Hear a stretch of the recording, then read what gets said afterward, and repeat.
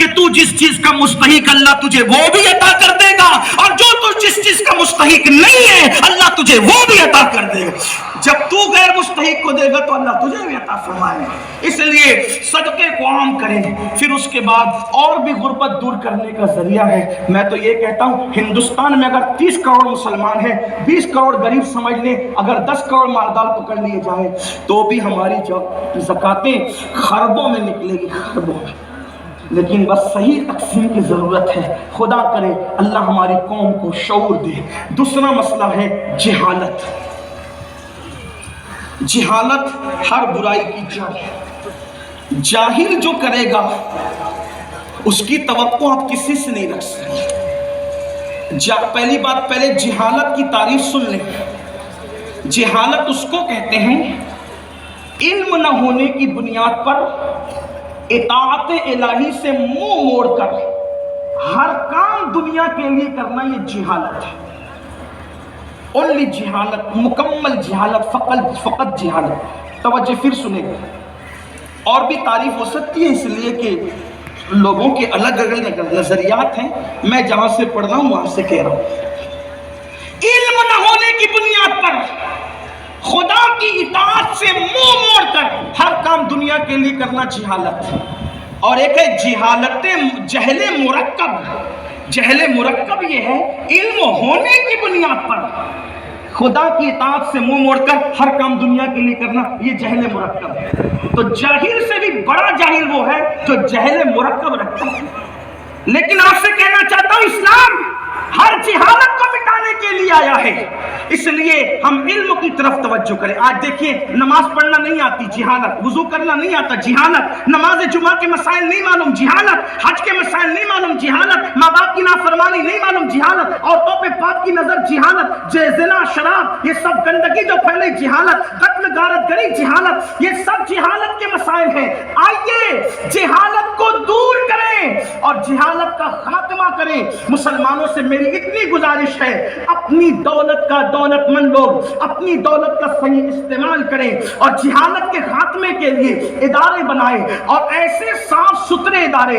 ہمارے امیر، ہمارے قائد حضور امیر سنی دعوت اسلامی نے ایک فکر یہ دی لوگوں کو، بلکہ وہ دیتے ہی رہتے ہیں کہ لوگ الہاد کے ماحول میں علم بانٹ رہے ہیں اور لوگوں کو الہاد اور بے دینی کی طرف لے جا رہے ہیں، اور سنی دعوت اسلامی عشق رسول کے ماحول میں لوگوں کو انگریزی تعلیم دیتی ہوئی نظر آ رہی ہے۔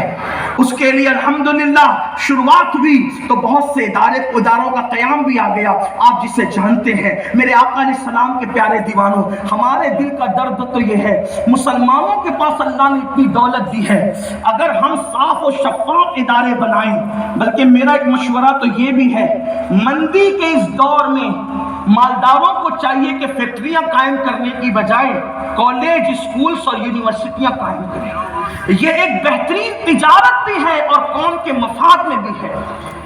صرف درد بھرے نعرے مسائل کا حل نہیں ہے۔ اور ایک بات یہ بھی کہتا ہوں، مہنگے گنبد و مینار بنانے کی فکر چھوڑ دو۔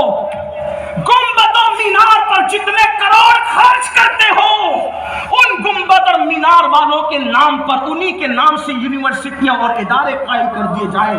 ہم تو آج تک سوچ رہے ہیں، ہمارے بزرگوں کی صحبت میں بیٹھ کر ہم نے سنا ہے، آج تک سوچ رہے ہیں کاش شاہ جہاں نے ممتاز کے نام پر تاج محل بنانے کی بجائے ایک عالمی یونیورسٹی بنا دی ہوتی تو ممتاز کے لیے ایصال ثواب بھی ہوتا، ممتاز کا نام زندہ بھی رہتا، محبت کی نشانی بھی ہوتی، قوم کا مفاد بھی ہوتا۔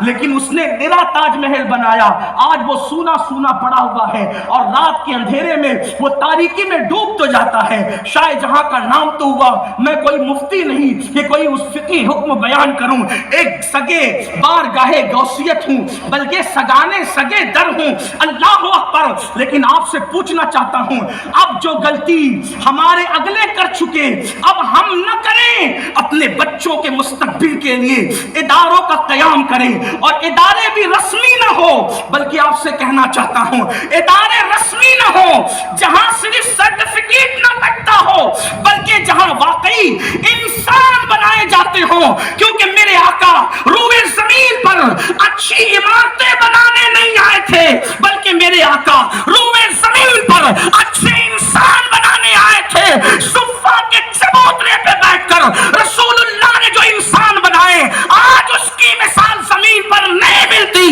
لاؤ ابو بکر صدیق جیسا انسان, لاؤ عمر ابن خطاب جیسا انسان, لاؤ عثمان غنی جیسا انسان, لاؤ مولا علی جیسا انسان, لاؤ سعید جیسا, سعد جیسا, طلحہ جیسا, زبیر جیسا, ابو ہریرہ جیسا, بلال حبشی جیسا, خالد ابن ولید جیسا, سعد ابن ابی وقاص جیسا, امیر حمزہ جیسا, مصعب ابن عمیر جیسا. اللہ اکبر, کہاں لا کر کے بتاؤ گے؟